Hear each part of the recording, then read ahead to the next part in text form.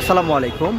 ঢাকার ঐতিহাসিক সরোয়ার্দী উদ্যানে চলছে ইসলামী আন্দোলন বাংলাদেশের একটা মহাসমাবেশ এবং সেই মহাসমাবেশে আমরা দেখেছি Paltan press club, high court, Shahbag থেকে শুরু করে বিভিন্ন অঞ্চলে লোকারণ্য হয়ে গেছে। লাখ লাখ লোকের সমাগম হয়েছে এবং সেখানে তারা একটা দাবি সকল দলের মুখে, যেসব দল উপস্থিত আছে সকল দলের মুখে একটা দাবি শোনা যাচ্ছে, যে সেটা হচ্ছে পেয়ার সিস্টেমের নির্বাচন, মানে সংখ্যানুপাতিক যে নির্বাচন, সেই নির্বাচনের কথা তারা বলছে।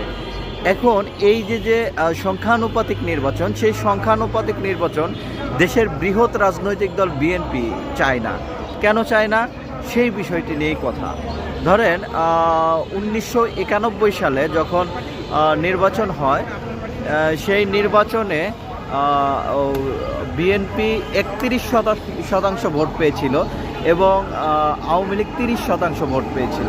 কিন্তু আসনের দিক দিয়ে যদি আপনি হিসাব করতে যান, বিএনপি ব্যাপক বেশি আসন পেয়েছিল। অপরদিকে 2001 সালে যদি হিসাব করেন, সেক্ষেত্রে বিএনপি মাত্র 40.7% বা 41% ভোট পেয়েছিল। কিন্তু সেইখানে আওয়ামী লীগ 40% ভোট পেয়েও তারা মাত্র আসন পেয়েছিল 60টার মতো। আবার 2008 সালের নির্বাচনের কথা যদি আপনি বলেন, আওয়ামী লীগ মাত্র 48% ভোট পেয়েও তারা হচ্ছে মানে 230টার মতো আসন পেয়ে গেছে এবং সেখানে মাত্র 29টা আসন পেয়েছিল বিএনপি। সেখানে তাদের ভোটের সংখ্যা ছিল 40%। এখন এ পর্যন্ত বাংলাদেশের ইতিহাসে যতগুলো নির্বাচন হয়েছে, কোনো নির্বাচনেই কিন্তু কোনো দল এককভাবে 50%-র উপরে ভোট পায়নি। সেই ক্ষেত্রে বলা যায়, যদি সংখ্যানুপাতিক নির্বাচন হয় তাহলে বিএনপি কিন্তু সংখ্যানুপাতিক সিস্টেমে হলে তারা এককভাবে সরকার গঠন করতে পারবে না।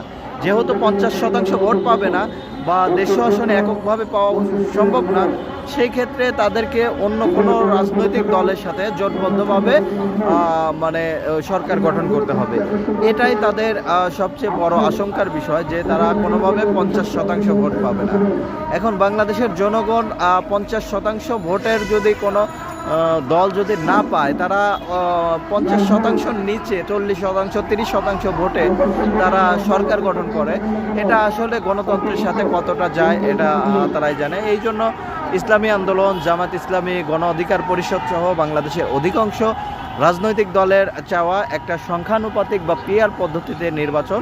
আজকে সেটা নিয়েই প্রোগ্রাম হচ্ছে এবং প্রোগ্রামটা বিশাল প্রোগ্রাম হয়েছে, অনেকের মনে কাঁপন ধরেছে। ভালো থাকবেন সবাই, আসসালামু আলাইকুম।